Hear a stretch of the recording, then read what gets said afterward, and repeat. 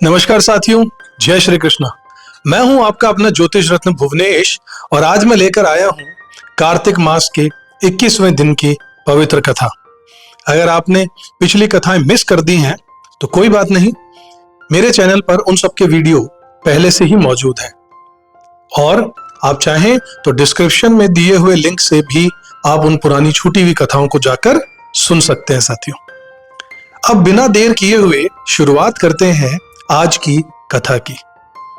साथियों, सबसे पहले एक बहुत ही शक्तिशाली मंत्र आपको बताता हूं। ओम ह्रीं ह्रीं सूर्याय नमः। सुबह जब आप सूर्य देव को अर्घ देते हैं तो इस मंत्र का जाप जरूर किया कीजिए।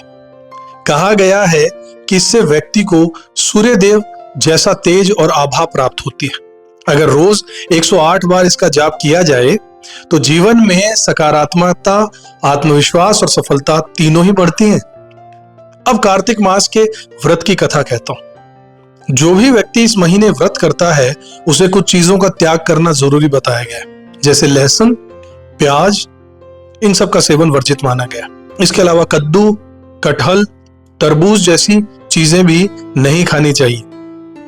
दूध केवल गाय, बकरी और भैंस का ही लेना चाहिए। किसी और पशु का दूध इस दौरान नहीं लिया जाता, जो कि सबसे अहम बात है। जो भी भोजन करें पहले भगवान को भोग लगाकर ही खाना है। इस महीने पूरा ध्यान रखिएगा। 21वें दिन की कथा में आता है धर्मदत्त ब्राह्मण और उसकी पत्नी कला की कहानी। कहते हैं एक नगर था वीरपुर। वहां धर्मदत्त नाम का एक ब्राह्मण रहता था जो बहुत ही धार्मिक और भगवान विष्णु का परम भक्त था। हर रोज भगवान की पूजा करता था, व्रत रखता था और द्वादशाक्षर मंत्र का जाप भी किया करता था। एक दिन वो मंदिर जा रहा था भगवान की पूजा सामग्री साथ में लेकर। रात का समय था, वातावरण एकदम शांत था। अचानक से रास्ते में उसके सामने आई एक भयानक राक्षसी। आंखें एकदम लाल, बिखरे हुए बाल, डरावना था चेहरा और देखकर ब्राह्मण के होश उड़ गए। वो घबराकर वहां से भागने लगा, लेकिन पूजा की थाली उसके हाथ से गिर गई और गलती से वो राक्षसी को लग गई। बस उसी क्षण चमत्कार हुआ। जैसे ही पूजा की सामग्री राक्षसी को लगी, उसके सारे पाप धुल गए। वो शांत हो गई, जमीन पर गिर पड़ी और रोने लगी। फिर उसने ब्राह्मण के चरणों में गिरकर कहा कि हे ब्राह्मण देव, मेरे पिछले जन्म के कर्मों की वजह से ही मुझे यह राक्षसी योनि प्राप्त हुई थी, लेकिन आज आपके कारण मुझे यहाँ पर मुक्ति का मार्ग भी मिल चुका है। तभी नारद जी प्रकट हुए और बोले कि हे धर्मदत्त, ये राक्षसी दरअसल पहले कला नाम की ब्राह्मण स्त्री थी, लेकिन उसका स्वभाव बहुत कठोर था। ये अपने पति को धोखा देती थी, सेवा नहीं करती थी और हमेशा झूठ बोला करती थी। इसी कारण इसे मृत्यु के बाद कई योनि भुगतनी पड़ी है।